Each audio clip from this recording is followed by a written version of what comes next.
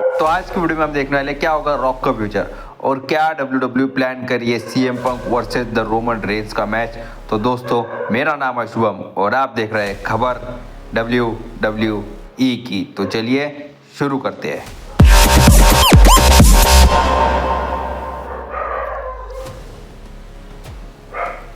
तो सबसे पहले बात कर लेते हैं भाई बेकी लिंच के बारे में।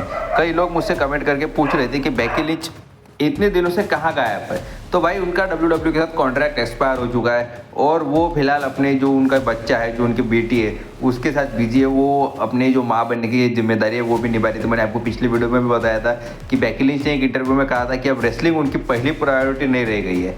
लेकिन अब उनके बारे में एक बहुत बड़ी खबर सामने आ रही है कि जो रॉ मूव करने वाले नेटफ्लिक्स पे 6 जनवरी को, तो वहाँ वो रिटर्न करने वाली है। और ये पूरी तरह सॉलिड न्यूज़ है क्योंकि डब्ल्यू ने उनके टेलीविजन या फिर उनकी वेबसाइट पे भी ये कंफर्म किया कि बेकी लिंच 6 जनवरी को रॉ ऑन द नेटफ्लिक्स पे रिटर्न करने वाली है। और वो वहाँ पे क्या करेगी, तो वहाँ आके वो शायद ल्यू मॉर्गन पे अटैक कर सकती है क्योंकि उनका अनफिनिश्ड बिजनेस है ल्यू मॉर्गन के साथ और डोमिनिक मिस्टेरियो के साथ। क्यों? क्योंकि जब स्टील केज मैच हुआ था for the world heavyweight championship के लिए, तो डोमिनिक मिस्टेरियो ने बेकी लिंच के फेस पे स्टील केज का दरवाज़ा मारा था। इसकी वजह से उनका अनफिनिश्ड बिजनेस है।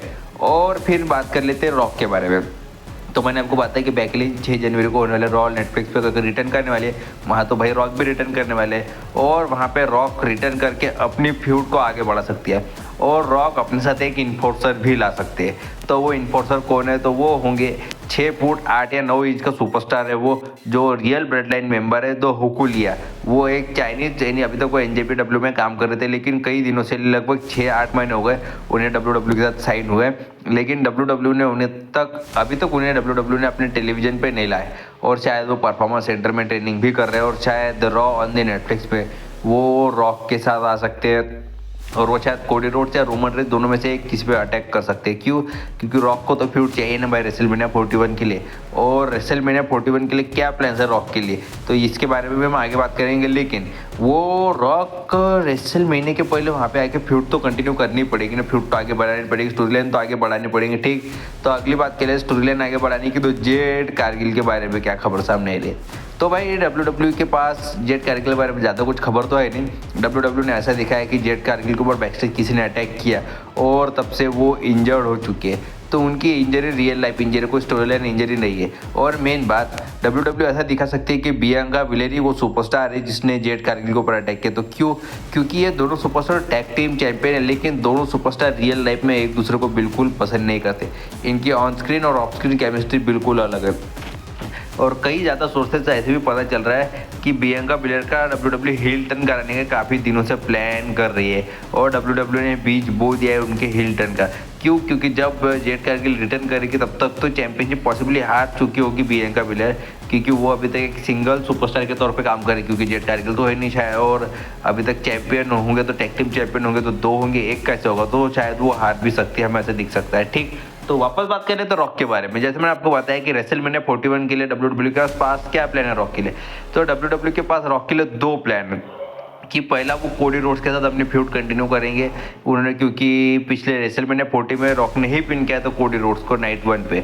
और रॉक ने उसके बाद के रॉ पे आके कहा था कोडी से कि भाई कोडी, मैं तेरे से आके चैंपियनशिप के लिए लड़ूंगा क्योंकि मैंने तेरे को हराया और मैं द फाइनल बॉस हूँ और तेरा भी बॉस हूँ। मैं डब्ल्यू के TKO ग्रुप का एक बोर्ड ऑफ द मेंबर हूँ। मैं जब चाहूँ वो कुछ कर सकता हूँ और तू उसके बारे में कुछ नहीं कर सकता। और डब्ल्यू के पास ये प्लान है कि अगर रॉक रिटर्न नहीं कर पाते रेसलमेनिया 41 के लिए, पहली बात तो वो डब्ल्यू ये कंसिडर करके चल ही रही है कि रॉक रिटर्न करेंगे, इसलिए डब्ल्यू ने अभी तक बहुत सारे प्लान बना चुके हैं उसके लिए। अगर रॉक रिटर्न नहीं कर पाते तो कोडी वर्सेस रोमन का मैच भी हमें देखने को मिल सकता है। डब्ल्यू एंड मौके पर कोडी वर्सेस रोमन का फ्यूड भी ऐसा दिखा सकती है कि रोमन रेंस हील टर्न कर लेंगे और कोडी वर्सेस रोमन की फ्यूड हमें देखने को मिलेंगे। ठीक, तो फिर बात कर लेते हैं कि अगर आपने सर्वाइवर सीरीज वॉर गेम देखा होगा तो हमें टेंशन देखने को मिला Roman Reigns versus CM Punk, Roman Reigns और सीएम पंक के बीच में।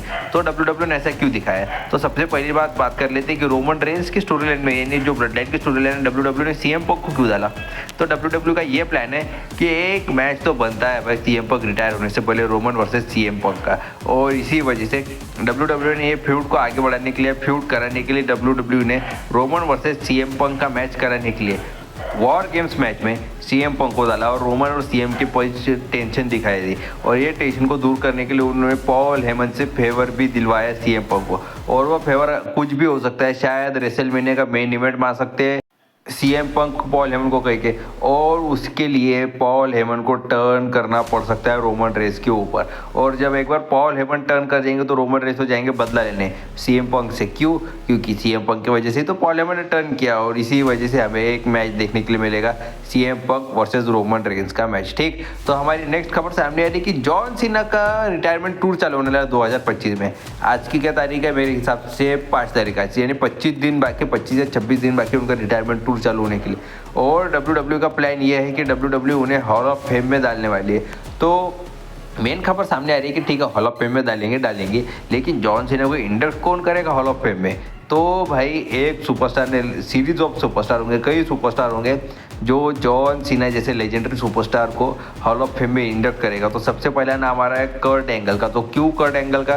तो जॉन सीना ने अपना WWE डेब्यू ही कर्ट एंगल के खिलाफ किया था। उसके बाद रेंडी ऑर्टन और जॉन सीना की फ्यूड भी काफ़ी पुरानी है, ये दोनों काफ़ी आर्च राइवल हम ऐसा कह सकते हैं। उसके बाद नाम आ रहा रॉक का, रोमन रेस का, सीएम पंक का, ऐसे कई सुपरस्टार आके जॉन सीना की तारीफ करेंगे पहले कि भाई एक अच्छा सुपरस्टार है, ऐसा वैसा। उसके बाद जॉन सीना को फाइनली रॉक इंडक्ट करते हुए दिखाई दे सकते हैं हमें हॉल ऑफ फेम में। ठीक, तो हमारी अगली खबर सामने आ रही है कि आपने मंडे नाइट रॉ पे देखा होगा कि एडम पियर्स ने कहा कि शेमस को उनकी रिप में इंजरी हुई है, और उसके बाद उन्होंने कहा कि शेमस की इंजरी कितने दिनों तक चलेगी पता नहीं, लेकिन शेमस लगभग गायब रहेंगे। तो मैं आपको बता दूं कि शेमस की पसली टूट चुकी है जब उन्होंने मैच लड़ा था, ट्रिपल थ्रेट मैच लड़ा था इंटरकॉन्टिनेंटल चैंपियनशिप के लिए Ludwig Kaizer versus Bron Breakker की भी।